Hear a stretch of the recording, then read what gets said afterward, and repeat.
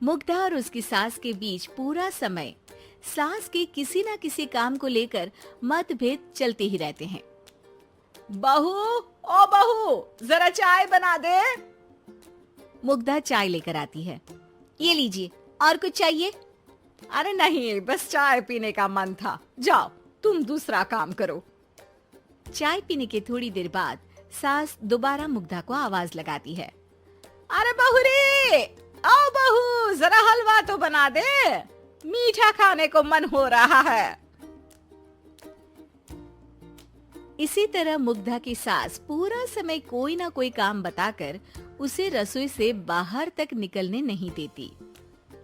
कभी चाय, कभी हलवा, कभी पानी तो कभी दूध, हर समय खाने को चाहिए और उसके लिए अपने हाथ पैर बिल्कुल नहीं हिलाने। परेशान किया हुआ है इन्होंने। सास की जबरदस्ती परेशान करने की आदतों से दुखी मुग्धा एक शाम सचिन के साथ अपने कमरे में बैठी हुई बात कर रही होती है। सुनो जी, मम्मी जी की ये जानबूझकर मुझे परेशान करने की फरमाइशों से मैं बहुत फ्रस्ट्रेट हो चुकी हूँ। पूरे दिन में एक सेकंड का आराम नहीं मिलता। रसोई से बाहर कदम रखती नहीं कि बहू ये बना दे, बहुरी वो बना दे। अरे इनकी फरमाइशें चलती ही रहती है। अरे मुग्धा, माँ खाने की शौकीन है, पर उम्र हो चली है, खुद खाना नहीं बना सकती, इसलिए तुमसे बोलती है। अरे तो शौक भी उम्र देख कर रखने चाहिए ना। समझ में नहीं आता, हर समय फेविकॉल का जोड़ लगाए सोफे से चिपके बैठी रहती है। इतना सब डाइजेस्ट कैसे हो जाता है उन्हें? अरे तुम मेरी माँ से इतनी नफरत कैसे कर सकती हो? मैं उनसे नफरत नहीं करती जी, बस परेशान हूँ। जहाँ मुग्धा अपने पति से ये सब बोल रही होती है, वहीं उसकी सास भी कमरे के बाहर दरवाजे से कान लगाए सारी बातें सुन रही होती है और अगली दोपहर रसोई में मुग्धा के पास जाती है। बहू, आज ना मेरा कुछ मसालेदार खाने का मन है। तो चाय बना दूं? मुझे बहुत पसंद है। अरे ना, ऐसा कर लिट्टी चोखा बना ले।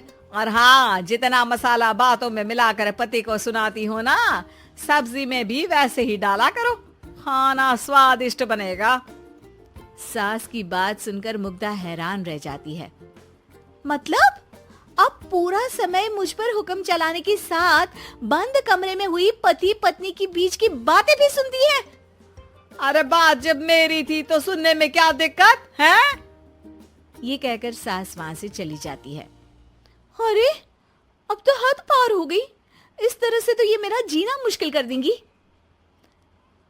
मुग्धा सास की हरकतों से परेशान उसका हल सोचने लगती है और इसी तरह कुछ दिन बीत जाते हैं, जिसमें सास का जन्मदिन आता है। मुग्धा बहुत खुशी के साथ अपनी सास को एंड्रॉइड मोबाइल गिफ्ट करती है।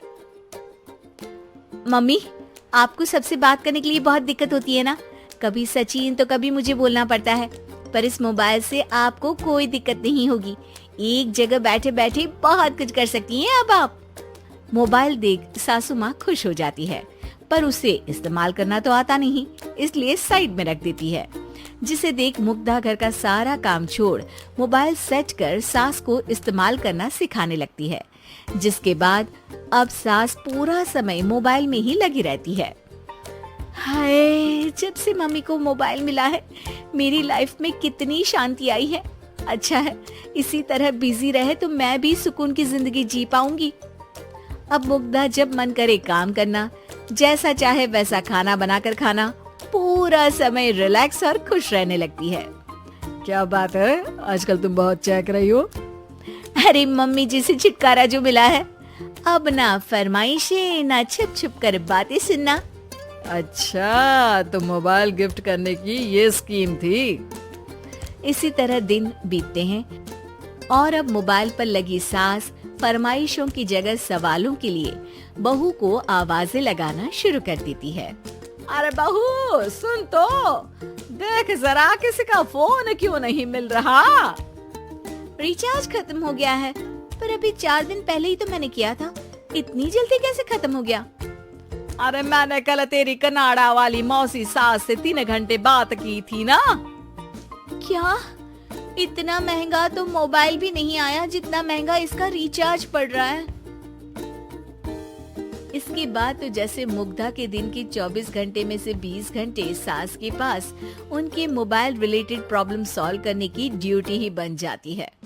अरे मुग्धा, ये मोबाइल में अचानक तेरी मौसी सास की शक्ल क्यों दिखने लगी? और ये तो हिल भी रही है।